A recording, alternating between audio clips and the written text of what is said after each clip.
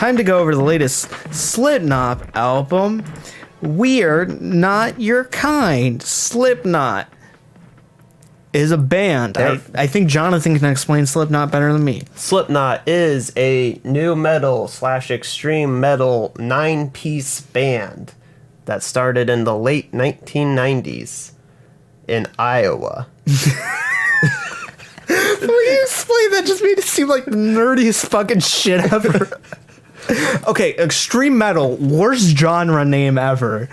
It's a I don't know. The thing about extreme metal is it's like, I'm not saying the genre is bad. I'm saying the name for it. The name just sounds terrible. It's a terrible name, but like it's also a name that's used to encompass. It's like one of those like umbrella genres, or like there's a bunch of like forms of it, and they just kind of collected them as like this is extreme metal. It's like you got your black metal, you got your like Teutonic thrash, and you got your death metal, and they're all extreme. They're extreme metal. It's kind of a dumb genre name, but just like it's stupid. It just it sounds like a 10-year-old created, because metal is like hardcore enough. I mean, as it was part of new metal, so they had the mentality of a 10-year-old back then. So speaking of mentality of new metal, I bought a Limp Bizkit CD the other day for $1. It was $1. Oh. That's fair. It was a good purchase. Quality purchase, I guess. Anyway, Slipknot started in the 90s. 9-piece extreme metal outfit, originally not fronted by Corey Taylor, who's been their frontman ever since like their debut album. Is that it? There's a lot you could say about the band. The band's notable for their extremely layered sound that they had in their first albums, where they mix like so many different layers and levels of percussions and guitar work with like weird sampling and synths and like things like that going over. Their first album, as much as I don't enjoy metal anymore, I used to listen to Slipknot a lot. In my high school years until the very end, I was like really into Slipknot.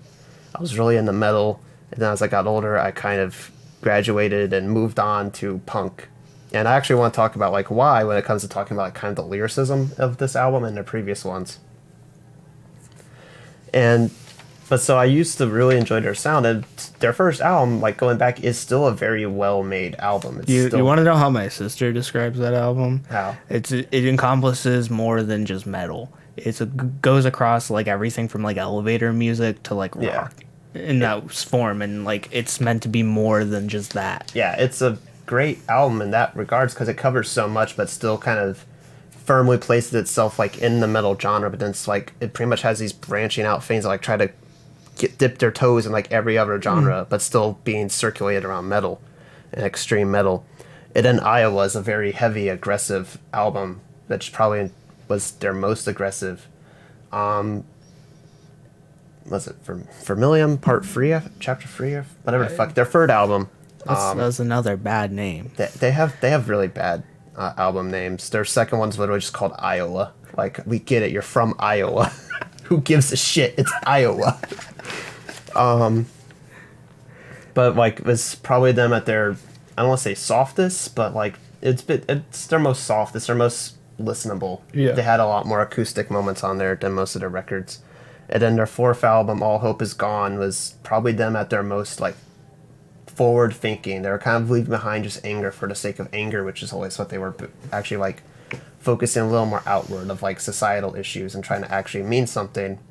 And then after their longtime bassist and one of their founding members, Paul Gray, died, they released their fifth album, which is The Gray Chapter, which is more of a tribute to him and the sorrow that the band was in. And then they released this album, where they have made every form of musical regression that you can do as a band. Every song on here just literally sounds like they pulled pieces from their previous works and tried to remake them, but with none of the passion and none of the raw aggression that they used to be able to hold. This just seems like the most paint by numbers album I've heard all year. I think this is comparable to Amigo's album it just seems so shoot in. Every track seems to me like the same track. I read a snippet of a description of this album, and I don't know which member said it, but they're moving away from singles on this release into a full album. They want to focus on the whole entire album experience.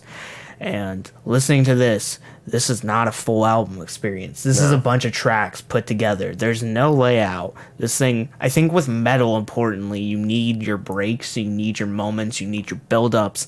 Even tracks alone, it doesn't feel like we're being built up. It just feels like we're being just screamed at. Yeah, it's, like you said, I guess just screamed at. And that reminded me of, like, what I was saying about, like, the lyricism. Is, like, their early albums are anger for the sake of anger. And while that has, like, a place, that back then was like backed up by actual aggression, and it was backed up by an animalistic rage that you could just feel like radiating off the songs. Like you have lyrics from their first album like, I want to slit your throat and fuck the wound. That's like obviously like super angry, super pissed, super edgy, obviously. Yeah.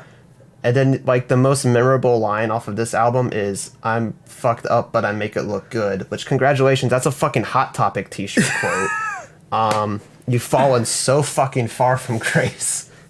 And it's just kind of the whole thing of this album is it just feels like they're desperately trying to cling on to what they used to be. And literally every single track I listen to on here, with one exception being, what was that one called? Spiders. Sounds pretty much like a painful ripoff of a previous song of theirs. I described this album to you as Greta Van Fleet, but they did it to themselves. Whereas Greta Van Fleet literally just sounds like a desperate attempt and a very well calculated attempt to sound like Led Zeppelin, but missing any of the passion or energy and just feeling like a pale imitation. But this is Slipknot doing that to themselves with their own previous albums. They just feel like a pale, calculated attempt to just sound like a Slipknot album. Yeah. This is a plus hour of material we're getting. And I was done with it after like 15 minutes. I was done with it after the first track. Yeah. Because there's nothing unique here. It sounds like any new metal act. Yeah. At least Limp Bizkit had some class. Yeah, this Slipknot doesn't have any class. But like being serious, part of like multiple rivalries, most notably not really a rivalry, their fans were in a rivalry with Mushroomhead fans. And one thing I'll say for Mushroomhead is they're edgy as shit, and they did a whole like multiple like double digits almost like group members and all wear masks and shit.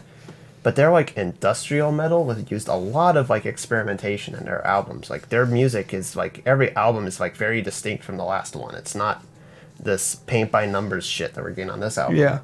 And that's the thing that's just so bad about this is it feels...